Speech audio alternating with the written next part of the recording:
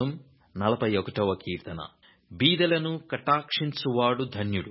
ఆపత్కాలమందు యెహోవా వానిని తప్పించును. యెహోవా వానిని కాపాడి బ్రతికించును.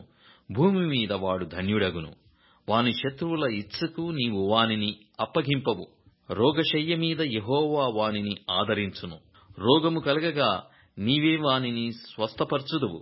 యెహోవా, నీ దృష్టి ఎదుట నేను పాపం చేసియున్నాను, నన్ను కరుణింపుము, నా ప్రాణమును స్వస్థపరచుము అని మనవి చేసియున్నాను. అయితే నా శత్రువులు నా విషయమై చెడ్డ మాటలాడుచున్నారు.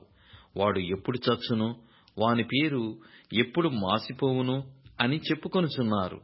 ఒకడు నన్ను చూడవచ్చిన ఎడల వాడు అబద్ధమాడును.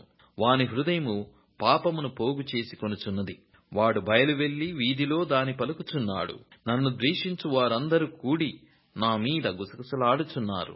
నశింపజేయవలెనని వారు నాకు కీడు చేయ నాలోచించుచున్నారు. కుదరని రోగము వానికి సంభవించియున్నది. వాడు ఈ పడక విడిచి తిరిగి లేవడని చెప్పుకొనుచున్నారు. నేను నమ్ముకొనిన నా హితుడు, నా ఇంట భోజనము చేసినవాడు నన్ను తన్నుటకై తన మడిమెనెత్తెను.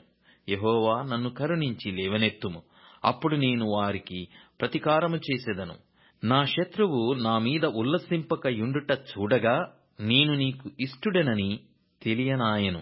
నా యథార్థతను బట్టి నీవు నన్ను ఉద్ధరించుచున్నావు. నీ సన్నిధిని నిత్యము నన్ను నిలువబెట్టుదువు. ఇశ్రాయేలు దేవుడైన యెహోవా శాశ్వత కాలము నుండి శాశ్వత కాలము వరకు స్తుతింపబడునుగాక. ఆమేన్, ఆమేన్.